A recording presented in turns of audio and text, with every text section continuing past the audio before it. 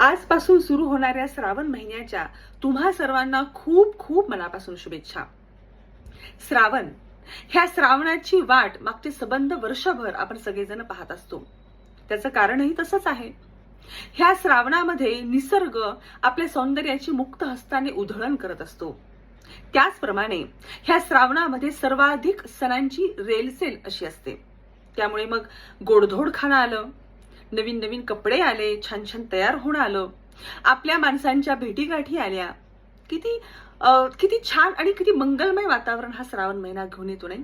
आणि या वर्षी तर दुग्धर शर्करा योग म्हणजे श्रावण महिन्याचा पहिलाच दिवस हा शुक्रवार आलेला आहे. शुक्रवार आपल्याला माहिती आहे की महालक्ष्मीच्या आगमनाचा दिवस असतो, महालक्ष्मीच्या पूजनाचा तो दिवस असतो.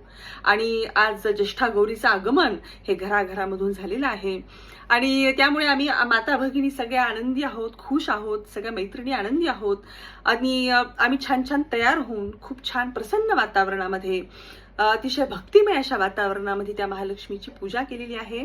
आणि आपल्या सबंध कुटुंबाला, आपल्या संततीला, आपल्या सौभाग्याला तिने खुशाल ठेवावं.